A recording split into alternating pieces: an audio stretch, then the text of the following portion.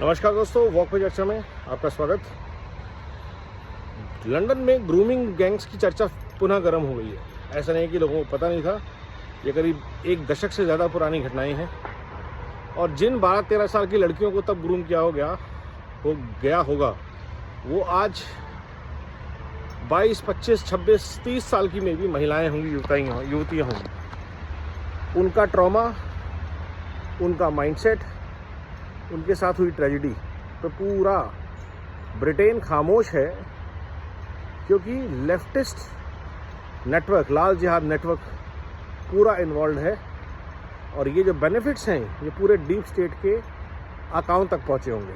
जैसा कि बीबीसी वाले साहब थे या यूके के जो करंट प्राइम मिनिस्टर और बिजनेसमैन, क्योंकि ये जो सेक्स ट्रेड की सप्लाई चेन है वो यहीं से चलती है और ये सारा का सारा जो होता है माफिया, ये जिहादी नेटवर्क ही चलाते हैं। ड्रग्स, सेक्स, पैसा, ये इंसेंटिव होते हैं इनके। और सिर्फ 2.5 से 5 लाख महिलाओं के लिए बात हो रही है। और भारत में, बांग्लादेश में, नेपाल में करोड़ों लड़कियों के साथ ही किया जाता है लोगों द्वारा, ऐसे जिहादी लोगों द्वारा। उन लड़कियों को बरगलाया जाता है लव जिहाद के नाम पे, किडनैप किया जाता है, उनका शारीरिक मानसिक शोषण किया जाता है, ब्रेन वॉश किया जाता है। एक एलॉन मस्क के कहने पर ये पूरी मुहिम दोबारा खड़ी हो गई इन लाल जिहादियों के खिलाफ। बट भारत में अगर आप ये बोलते हैं तो पूरा का पूरा लाल जिहाद इकोसिस्टम आपको ब्लेम करना शुरू कर देता है। कितने ही किस्से, कितने ही क्राइम डेली रिपोर्ट होते हैं जहाँ पे लड़कियों को टारगेट करके, गैर मुस्लिम लड़कियों को, जिसमें हिंदू भी हैं, सिख भी हैं,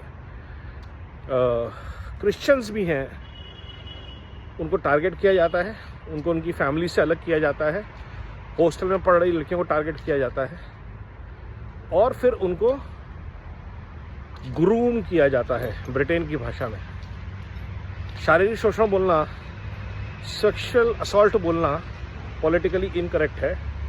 तो लंदन की भाषा में बोलते हैं उनको ग्रूम किया जाता है। तो ग्रूम किस काम के लिए किया जाता है? ग्रूम मतलब तैयार, बच्चे पैदा करने के लिए ग्रूम किया जाता है, सेक्स ट्रेड के लिए वैश्याओं के रूप में तैयार किया जाता है, या अपने बिजनेस नेटवर्क की ज़रूरतों को पूरा करने के लिए तैयार किया जाता है। These are the things that need investigation, already started in Britain. Bharat में भी इस मुद्दे पे इन्वेस्टिगेशन होनी मास लेवल पे बहुत ज़रूरी है। कौन कौन लोग इन्वॉल्व थे? अजमेर चिश्ती की जो दरगाह के लोग थे, फैमिलीज, वो उस केस में इन्वॉल्व थी इन 90s। तो सोचिए 20-25 साल पहले ही एक शहर के संभ्रांत परिवारों की 100 से ज़्यादा लड़कियों को टारगेटेड रूप से यूज़ किया गया था। शर्म के मारे उन लड़कियों ने उनके परिवार वालों ने अपनी आइडेंटिटी को छुपाया, केस को परस्यू नहीं किया। और ऐसे हज़ारों केस होंगे हर साल। तो जब तक इस मानसिकता को ख़त्म नहीं किया जाता,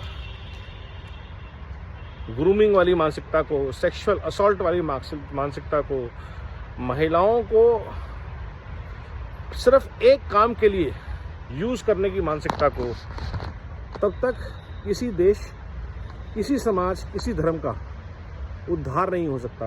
और अगर किसी भी धर्म का डीएनए ही इस पे बेस्ड है तो उसका तो खुदा ही खैर करे, खुदा ही खैर करे। सोचना पड़ेगा हमें कि जो ब्रिटेन के ग्रूमिंग गैंग्स हैं वो इंडिया में कब से चल रहे हैं वैसे गैंग्स, और जो ब्रिटेन के साथ हुआ है वो जो भारत के साथ हो रहा है उसको रोका कैसे जाए।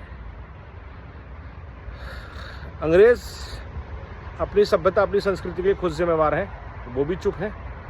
और यहाँ पर जो सनातनी हैं, भारतवासी हैं, वो भी चुप हैं। बोलना उनको भी पड़ेगा, बोलना हमको भी पड़ेगा। सारे काम एलॉन मस्क नहीं करेंगे।